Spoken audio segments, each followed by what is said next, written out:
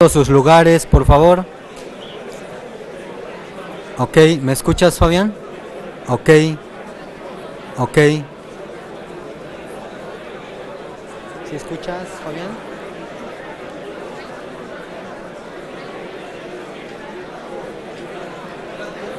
Si van tomando sus lugares todos, por favor.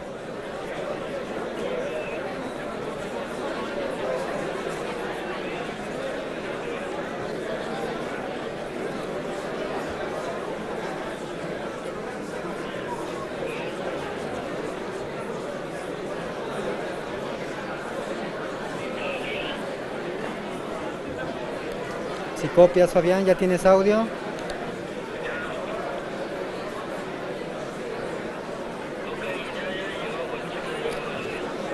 Listo. Tomen su lugar, silencio por favor. Shh. Silencio, por favor. Si pueden tomar sus lugares, vamos a empezar.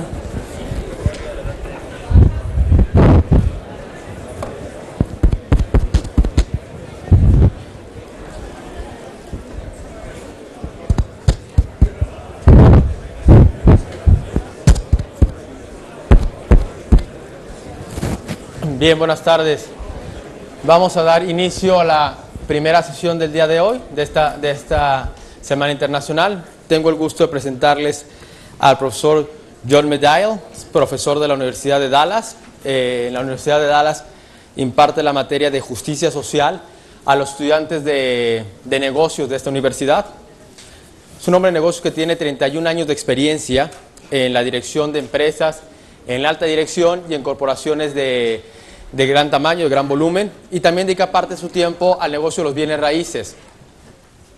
El profesor John Médaille es autor del libro The Vocation of Business, editado por Economic Liberty, y está a punto de publicar un libro llamado Hacia un verdadero libre mercado. Pues no me queda nada más que darle la palabra al profesor Médaille y agradecerle el haber aceptado estar con nosotros en esta Semana Internacional. Muchas gracias.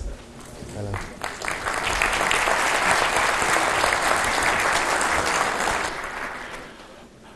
I want to start off by thanking Mario Zavala and Professor Eliziga, and I probably said that wrong. This is a very great honor for me. I hadn't heard of this conference until just a week or two ago when Mario contacted me, and I must say I have been very much impressed by everything I have seen, by the people I have talked to, and I am very happy and proud to be here. Now this is a very wonderful facility, a very high-tech facility. I, however, will be giving a low-tech address. I'm just going to stand here and talk, and the students will either take notes or take a nap. Well, it's after lunch, I understand. Unless you snore, you know. If you snore, you have to stay awake. The economic authorities in America have assured us that the recession ended some 15 months ago. And the IMF has predicted that GDP this year will grow by 4.8%, an excellent number. So at this point, there should be a lot of good feeling in the world, and the meltdown of 2008 should by now be a memory. And yet, there seems to be a lot of unease throughout the world, a feeling, perhaps, that there is more to economic reality than the numbers are telling us. Nouriel Roubini, the famous Dr. Doom, who predicted this crisis, puts the chance of a double-dip recession at 40%. I think Roubini is an optimist. There can be no doubt that the world's economy is in the grip of a very unusual crisis. Economic fluctuations are normal enough, of course, and we usually find a way around them.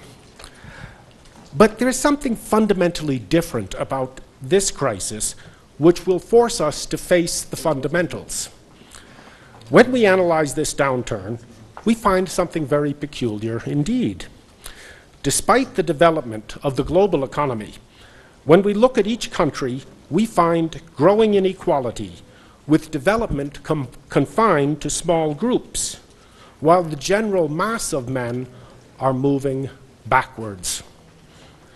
To take the United States as an example, we find that nearly all the growth in incomes in this century has gone to a very small group of people. The Gini coefficient, the standard measure of inequality, is rapidly approaching levels one would expect not of an industrialized nation, but of a third world economy.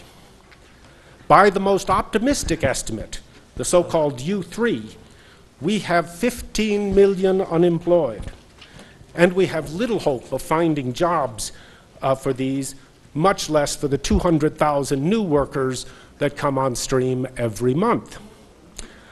A mere 1% of the population of the United States owns 43% of its financial wealth, while 80% of the people share just 7%.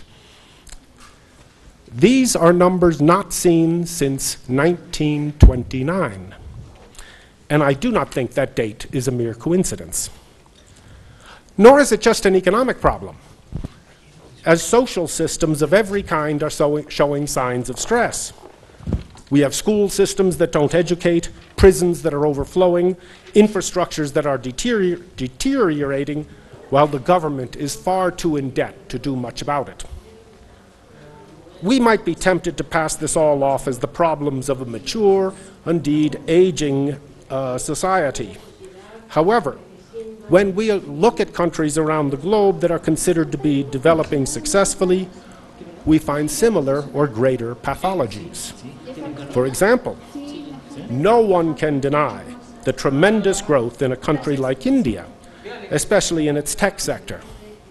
Yet, this sector absorbs only 1.3 million of its 400 million workers. Looked at as a whole, the average wage in India is barely above that of sub-Saharan Africa. There has been real growth, but only for some Indians rather than for India.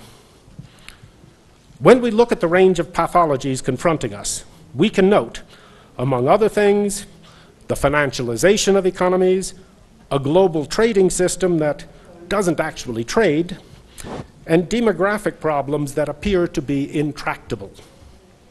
Concerning the first point, finance is supposed to be an aid to production, but now it has been totally disconnected from real wealth. Financial wealth is supposed to be a proxy for real wealth, for the goods and services actually produced by an economy. But when it becomes an end in itself, when finance expands faster than the goods it is supposed to represent, then we can no longer trust the numbers, as banks create new money to support not production, but speculation and consumer lending. And they do so in full knowledge that if the speculative instruments fail, as they inevitably do, the central banks will have no choice but to bail them out. Concerning the second point, while the nominal value of trade has increased, one wonders if this should be called trade at all. Trade is when I make something and you make something and we exchange it. And it matters little whether you live across the street or around the world. It's still trade. But it isn't really trade if I make something and then lend you the money to buy it. And it won't be trade until you make something to earn the money to pay me back. I would be foolish to lend you the money unless I thought you made enough real things to pay me back.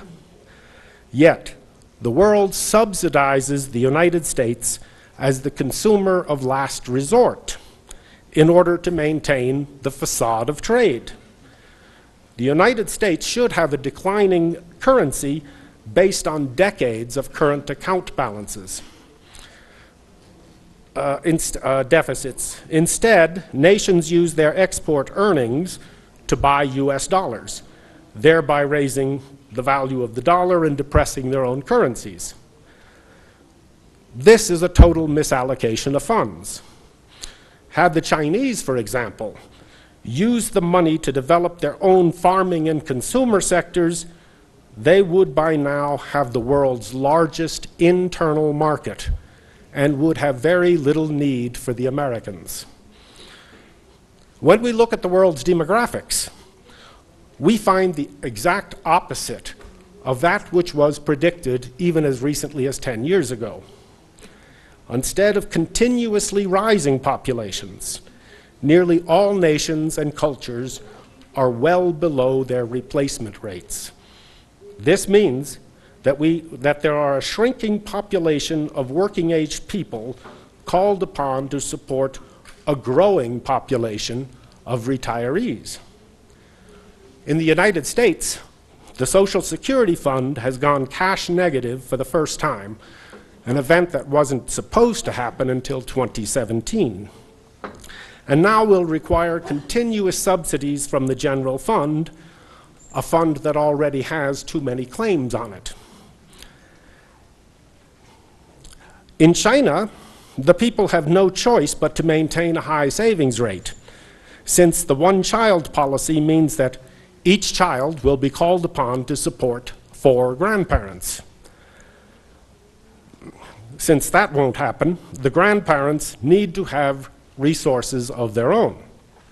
Hence, China is caught in a systemic liquidity trap, and there must be massive state intervention to absorb and disperse the excess savings. Against all this, let me affirm a very simple and obvious principle.